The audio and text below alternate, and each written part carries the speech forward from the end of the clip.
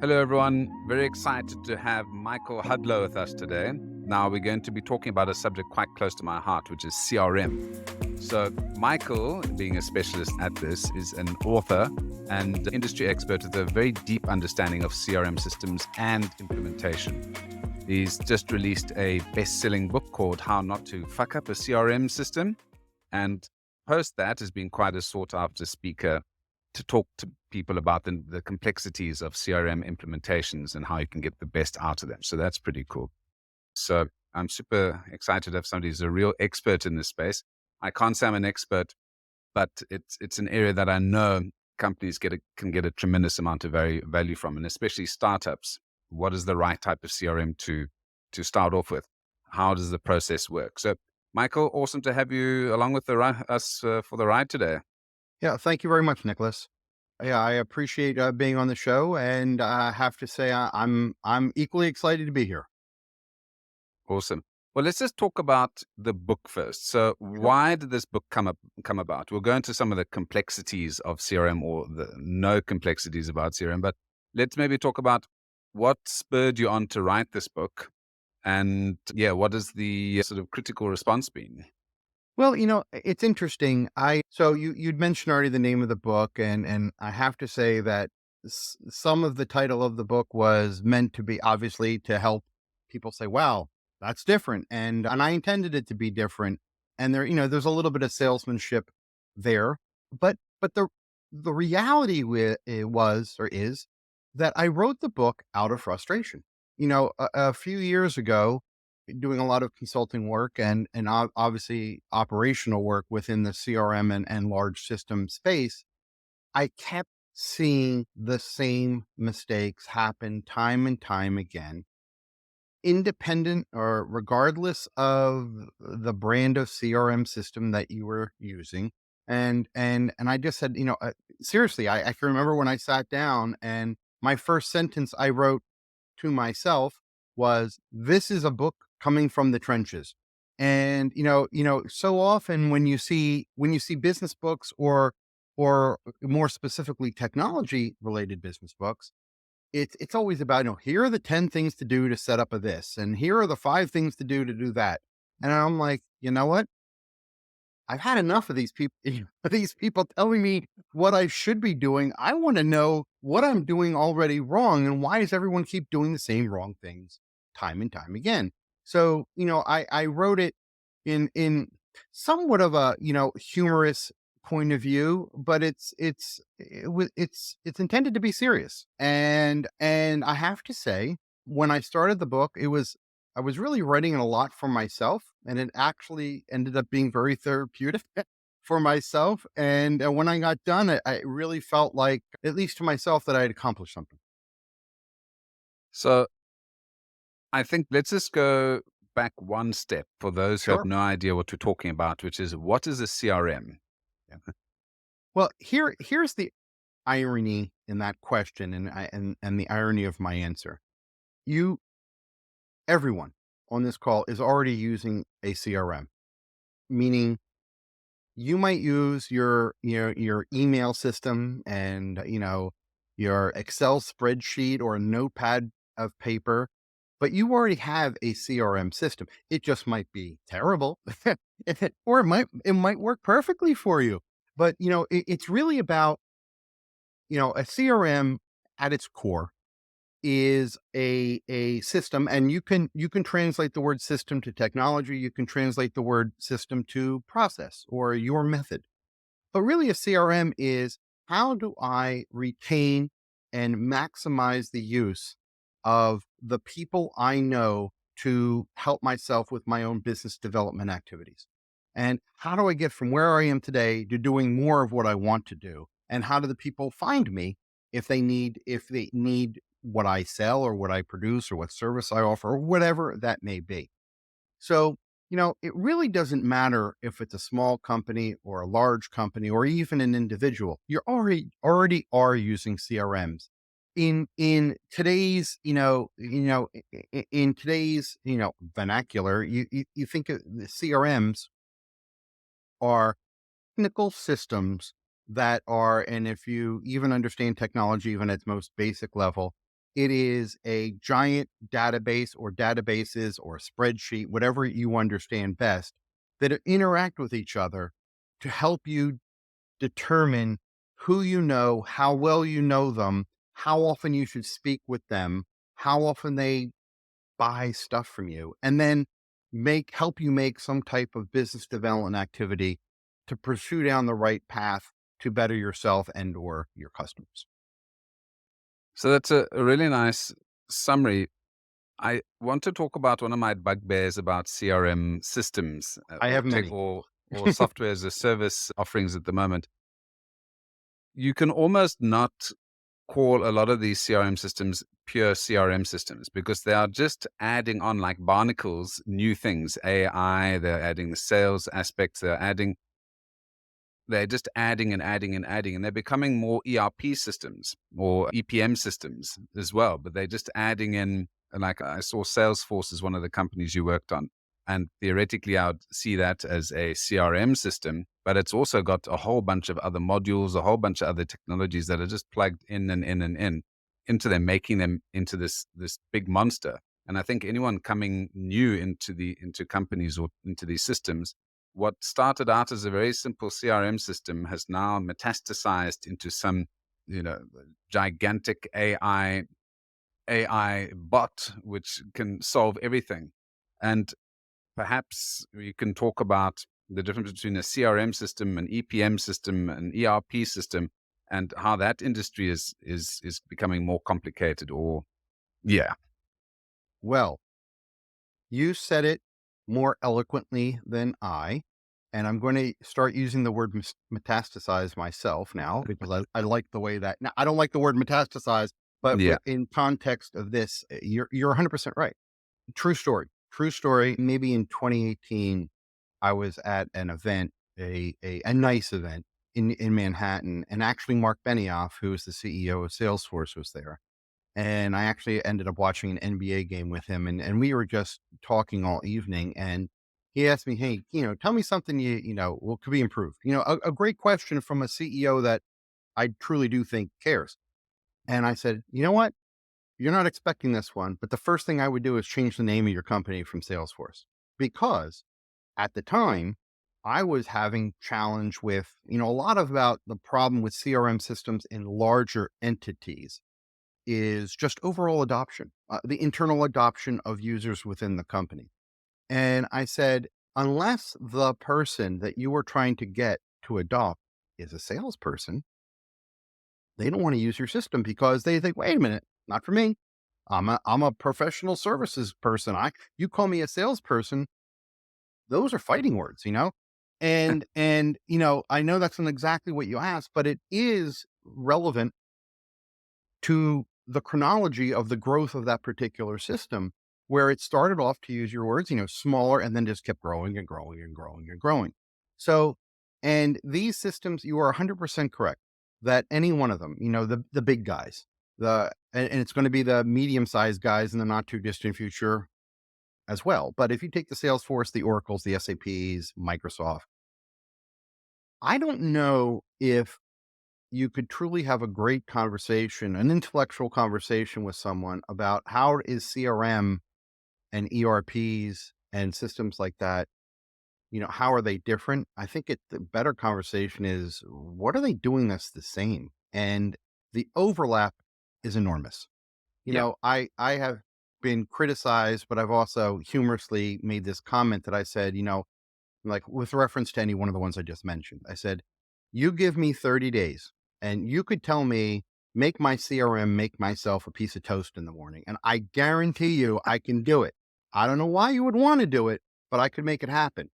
And my point being is, to your question, is they can do and are capable of doing most things at a corporation. So it becomes very hard to evaluate, why do I need a new accounting system, or why do I need a workday or an HR tool when all these tools now kind of cohabitate in the same space. And it's going to make for an interesting future because, that old adage of, not putting all your eggs in one basket. Well, it's going to get harder not to put your eggs in one basket unless you purposely spread it out. But then if you purposely spread it out, meaning your different components of your ecosystem, then you're never going to maximize the power and to justify the cost of these mega systems. So I don't have an answer for you other than to say you're right. They are grabbing everywhere. And the AI component you just mentioned is actually the topic of my book coming out in the next month or so, which is about the joining of AI and to CRM systems, and quite frankly, how to maximize the ROI associated with them, because these systems, generally speaking, are not cheap. And there's a lot of displeasure out there with companies that have had AI, not AI, excuse me, CRM systems, well, AI too, but CRM systems more specifically, that have had it for 2 or 3 years, have spent an enormous amount of money and say, are things really better? And why? And that's also one of the topic matters of my book as well. Yeah, I've been in the belly of the beast of the enterprise performance management side. So with Anaplan and Jedox and companies like that. And they started with this whole AI discussion a little bit before ChatGPT came out. And that Mhm. must have thrown them for a little bit of a loop because if one looks at the Microsoft and you're talking about putting all your eggs in one basket, companies that have got Microsoft throw free things at you. They'll say, well, here's a free It's like, Copilot, here's a free EPM, here's a free XYZ.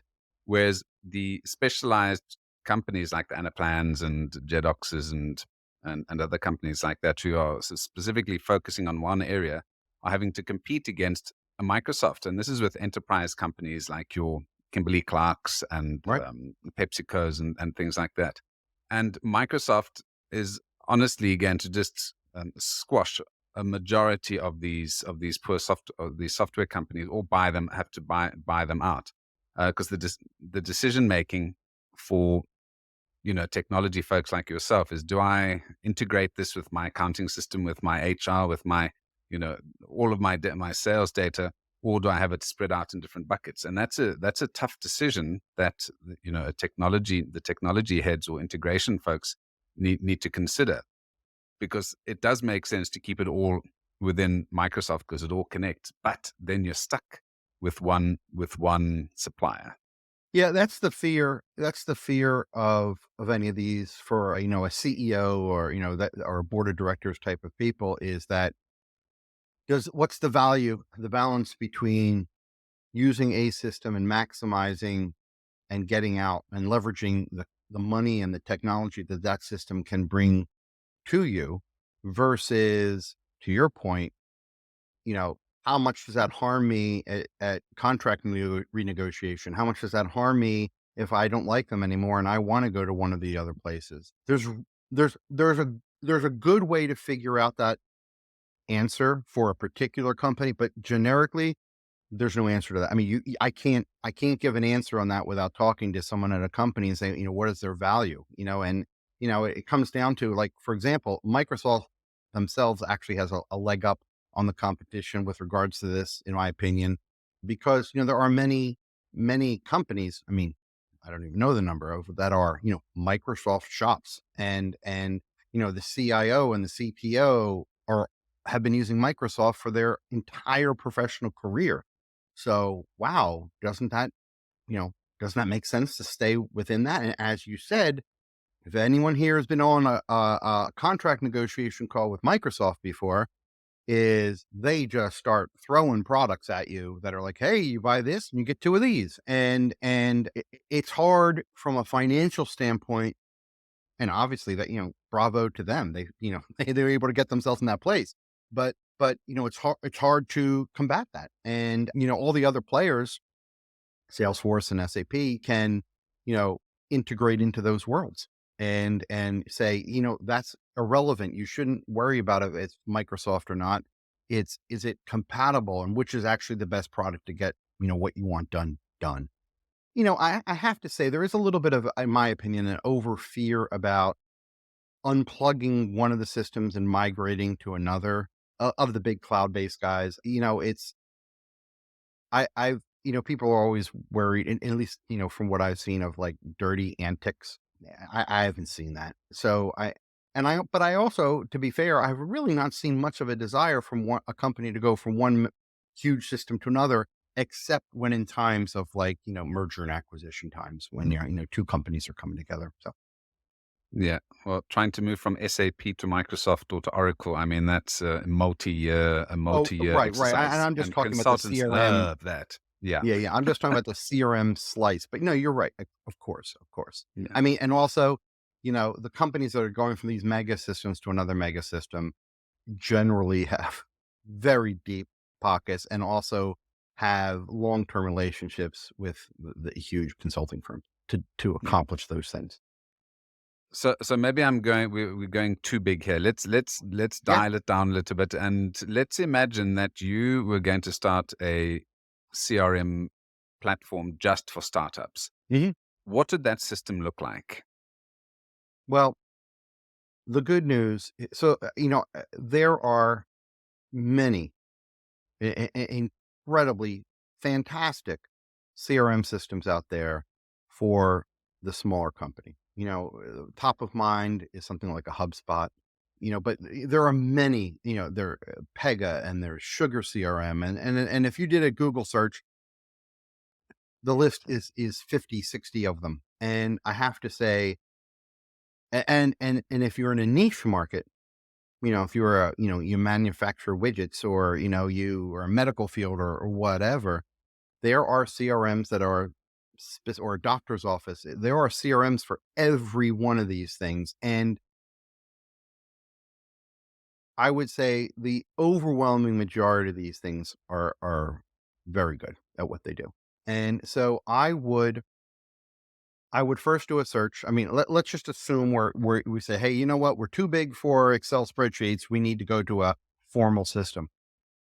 I would do a search, or this is not many. You hire a person like me to help you do such a search. So, one of the issues, good segue, one of the issues is that, people don't understand the goals of why they think they need a CRM versus, what they want versus what they think they want versus, what are their true financial, assuming their financial goals, what are those things? And then you just do an alignment of those things. And, budget does come into play. There are usually per seat costs associated with every one of these systems that we're talking about. And, they're not cheap. Of course, the argument is always, if you talk to any one of these, is like, one major sale a year and you've paid for this system. It's kind of like the overarching argument that all these companies would give you, which I guess technically is true, but it sounds like, quite frankly, to me, a TV advertisement. So if I was a small company, let's just say I had a, 5-person company, or even an individual, I mean, it can help an individual. Yes, you can get by with making some kind of, database on your own, but there's really no need to. There's web-based CRM systems, and all of these things at the smaller side are definitely highly portable to another company. They all use, in concept, a relational database backend. And, so I would, do a search. I would have a few meetings with if you're going to go on your own. I would have a few meetings with companies that, based upon your search, you think meet your financial capability and the size requirement. Because there's definitely ones that would never work in a huge enterprise, but will absolutely do fantastic work in a smaller. And they will say so. They'll say as much in their web pages and whatnot. And then, take it from there. But the one, I would also say, just, once again, it seems like a shameless plug, but that's the kind of stuff I talk about in my book too, because my book is very scenario driven. So it's like, here's the setup of a scene. It's a meeting room and we're talking about setting up our requirements. This is what happened and this is why it messed up and what did we learn? And, I think you really have to sit back and say, specifically, what am I trying to do? Am I trying to get more customers? Am I trying to make the customers that I have more happy, more satisfied? Am I trying to get my salespeople? And I'm generalizing here with the word salespeople. It could be lots of different things. Am I trying to get them to work better together? Am I trying to take manual processes that are, human errors are just riddling the system? And am I trying to get rid of them? Am I trying to clean up data? and to what level of each one of those things are you trying to accomplish? Now, once you have that, I'm going to tell you right now, you've done a lot more work than a lot of people out there, because there are a lot of people out there that just buy the next shiny object because it's got really cool screens. And I'm sorry if I just offended anybody, but I don't mean it. Look, I do the same thing with, your apps on your iPhone. It's like, wow, that looks cool. I'll download it. You don't want to do that here. You want to take a step back and analyze these things, because if done correctly, they do perform, and they do it better than a human or a set of manual processes could ever hope to do. I guess that setup phase, like you mentioned, is the most important. What do you want to get out of it? And I think a lot of folks just say we need a CRM system, stick it in there. Don't really go into too much detail in terms of how it really will benefit the company, but they just get it because they hear CRM must have it. And I suppose the next point we could go into is how important is training, and how do you get people to get full value or benefit out of a CRM system in a business? Have you got a case study on that, or a process that you would typically go about to Yeah, make sure that I a have CRM many system case becomes studies, part of the and the I could write a book organization on this structure? topic by itself. The reality is that training is one of the core reasons systems fail. And it's not for the obvious, and it's not for the obvious reasons. Many systems fail, and I mentioned it earlier, because adoption, right?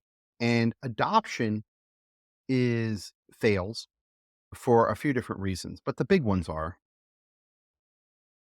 paranoia to why is the company implementing this system? What are they up to? Are they trying to find out is someone trying to steal my secret list of people? That's a big one. Two is, I've been doing this for X amount of years and I am very successful on my own. I don't need your whiz bang system. And three, people are afraid that you're automating this to get rid of my career or get rid of my job. And any one of them, to use your word used earlier, can metastasize. See, I'm already using your buzzword for me here, I like it. and kill the success of your operation.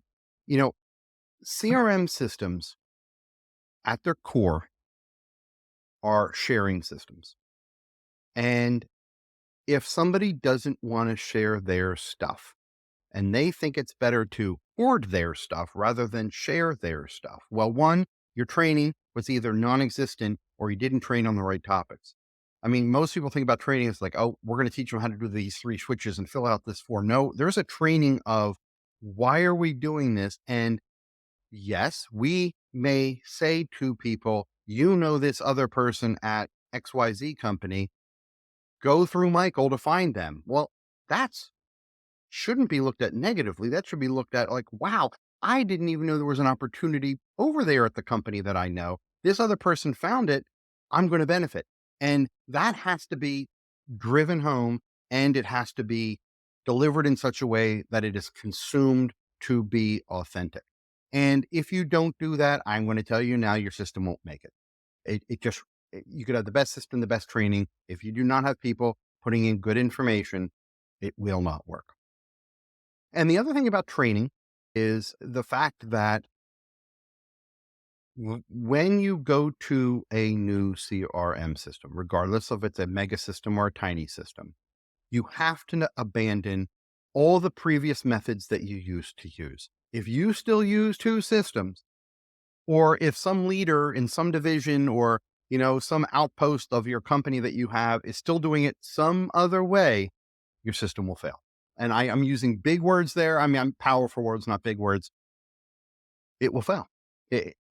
Because what happens is, like a cancer, it will spread to the point of, well, if there's another system, that means there's most likely information that exists somewhere else that doesn't exist where in the core repository that you've just told the rest of the people at your company to go after. And once they realize that there's something else somewhere else, or your system isn't complete, then they're immediately going to say, well, then this is not the only place I have to go to. And they won't go to.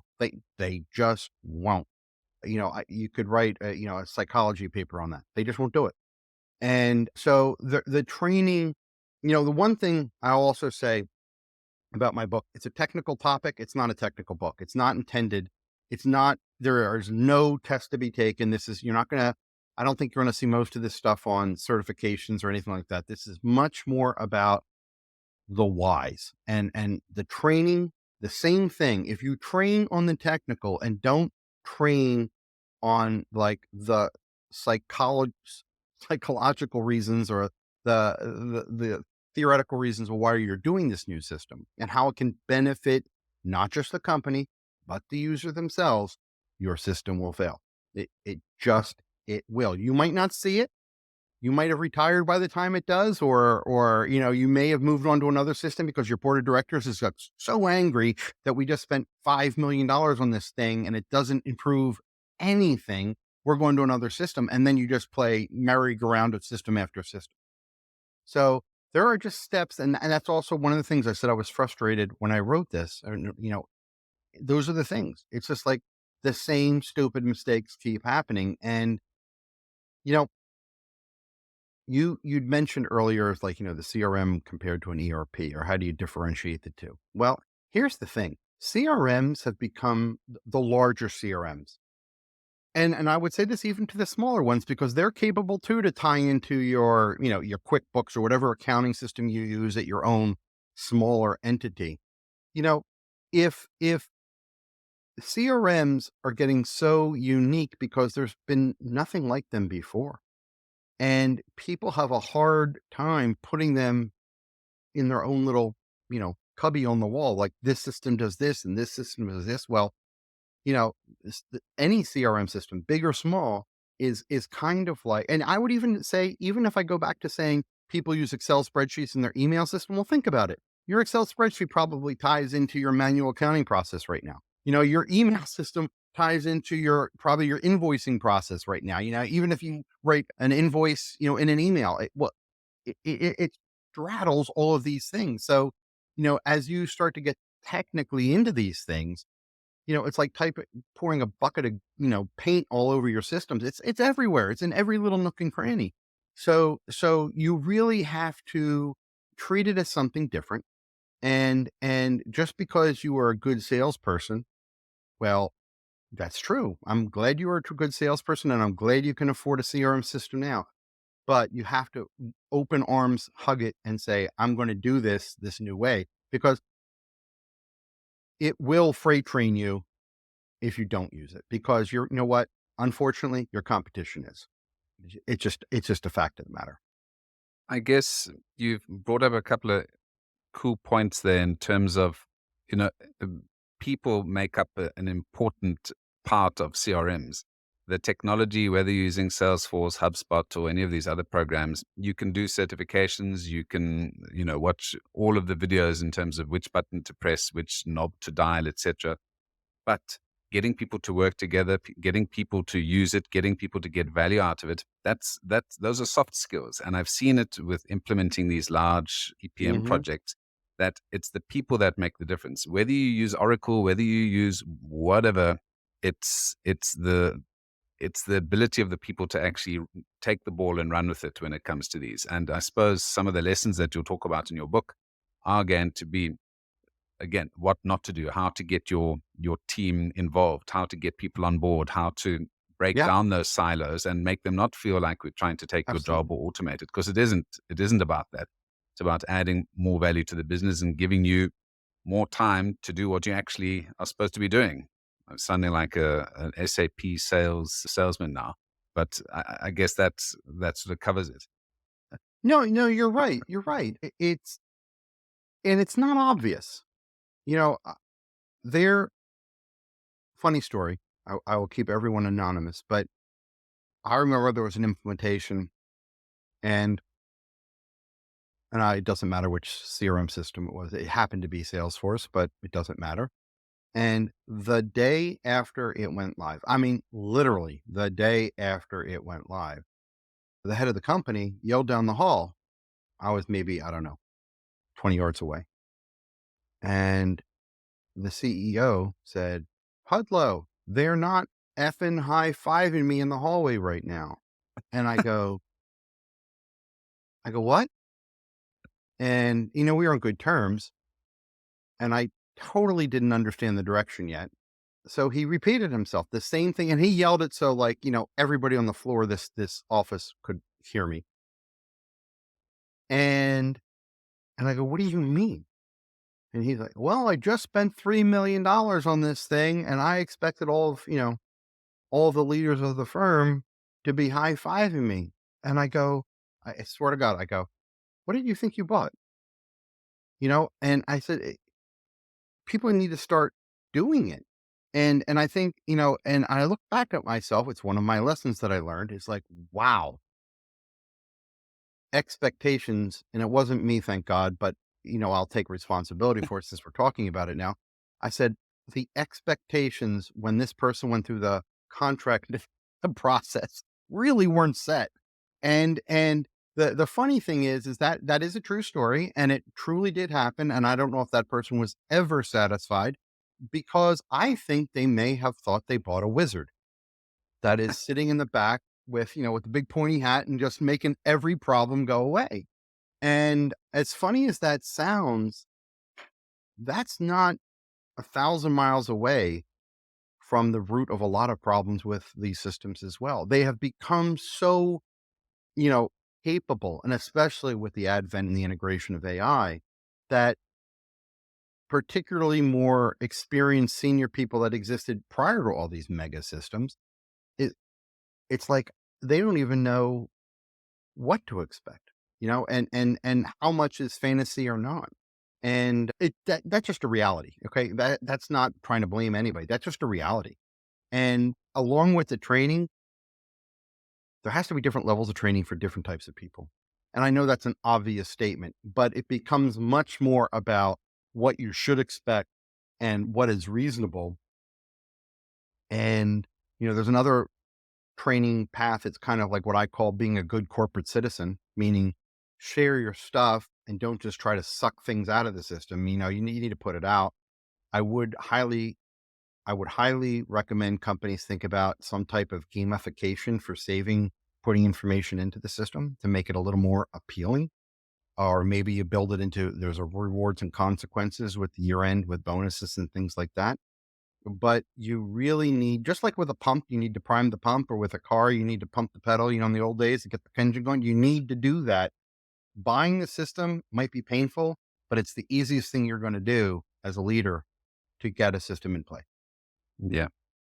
Let's go back to your book because I want to get some highlights of what folks can expect when they buy it. Okay. And Sure. obviously, what you're talking about in a book, as you said, it's not the technical aspects, but these are some lessons, and here are some hard truths that you've learned over the years that hopefully people can avoid when they're implementing Sure. CRM systems into their business. So maybe just a couple of chapter highlights. Sure. In no particular order, and they're not even going to be directly aligned to an individual chapter, but yeah, I can do that. I can look, it really, the book is intended to be not written from cover to cover, read from cover to cover. It's meant to be picked up and say, skim through it. Wow, that is applicable. I'm going to read the next 10 pages. And then you can put it back down and pick it back up, or, do whatever you want. But the whole book though is relevant to different roles and different things in the life cycle of uh, implementation, development, and operations of CRMs at a company. It would be applicable to, I would say, I wouldn't, if you have a two-person company, probably not highly applicable. But anything larger than a handful or two of people, definitely applicable. Definitely applicable. All the way up to the tens of thousands, 100,000. So I'll give you an example that would be something that's directed towards a project manager that is responsible for getting a system out there to whether it's the initial deployment or the progress of rolling it out to other entities within a larger entity. And this actually happened to myself. A few years ago, I'd been internally at a company challenged with getting other large global divisions to use the system. The more the merrier, and I got the largest division to agree that they were going to start to adopt this system. And that took many months to do because once again, they were a very efficient group. They had their own methodology. Everything was working well. You know, why change? So I had to convince them of, well, we can still make this amazing methodology happen in the new system. But on top of that, when another division has an opportunity that you would never be aware of, you would know about it, or and vice versa. And you could, do add-on work and things like that, or add-on sales. So I after months of encouragement, the CEO of this division said, "Hey, come on, we're having our annual event." It happened to be on the West Coast of the US. And I flew out there, they wined and dined, and it was all a great time. And I got up on, it was my time at a full conference. Yeah, it was maybe 100 people. I got up on stage, and the second I got up on stage, the CEO who was in the front room stood up and walked out of the room to go do something else. And I looked at that and I'm like, oh no. And I went through this great, well, I think it was great presentation. Everybody was on board. And guess what? Everyone saw that visual in the first second when I took the stage, and the system never took off in that division. They paid for it, and they were trained, and it was customized for them. Never took off because, and that's why I wrote the book. Now I can listen to my own lessons. There's two things I did. One, I don't know if I can be challenged with predicting or foreseeing, but I should have made that interactive with him on stage. Like, this is why we're doing it. Here's how it's going to look. This is what from the other person, that was me imitating someone you don't even know. Hey, this is what I expect of you. This is what this system's going to do. This is how we're going to do it. I made it about the system that we were developing instead of the system that this leader thought we would do and that they would just gravitate to. Once again, somewhat of, hey, there's a wizard behind the curtain and everyone's going to want to use it. Well, I made a big mistake there. And I had buy-in, but it was conditional buy-in. And I didn't know that. And maybe the leader didn't even know that. I don't think it Mm. was done maliciously, but it just it killed years worth of work. And I truly, it really did do that. The other thing I So would I'm just gonna stop you on please, there because I think in terms of the book, then it's not just for the people in organizations implementing it. This could be useful for people who are actually CRM salesmen or yes. salespeople and or responsible for making sure that these are what they're selling is actually successfully implemented in a business and And goes the distance. the same story aligns also with a CEO or a board of directors or whomever in that same story, because I'm saying to people, hey, don't be that person. Just because you paid for a system doesn't mean the system is successful. It needs you to coach it and nurture it, infinitum. And the other thing is, as a piggyback to that same story is that leader, despite my warnings, never sunsetted their old methods. So they were telling people to do things in the new system, but they were still telling people to submit the XYZ report on every Friday before lunch. And people are just like, no way in hell am I doing two things. No way. So that's an example. So there's just a whole scenario around that. And then I also go into the theory and some, consultative buzzwords of what could be done and how things could be done in those examples. The other thing I would say as another example, and I just alluded to it, is an example of when you still allow old things to exist, old systems or old processes to exist when the new one has come online. There has to be a line drawn in the sand, and I probably have 100 examples of this. This is one of the major offenders that people don't say, starting March 1st, me as the leader, I am not taking anything outside of this system. You want to be paid for it on your bonus at the year end, it better be in the system. If you want to talk about it at the team meeting, it better be in the system.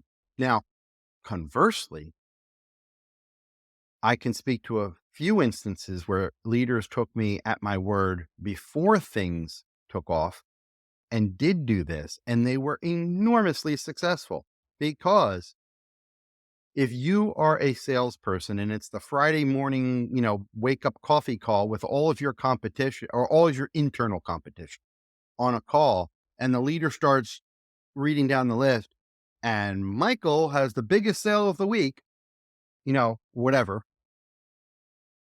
And somebody goes, well, wait a minute, I made a bigger sale. No, you didn't.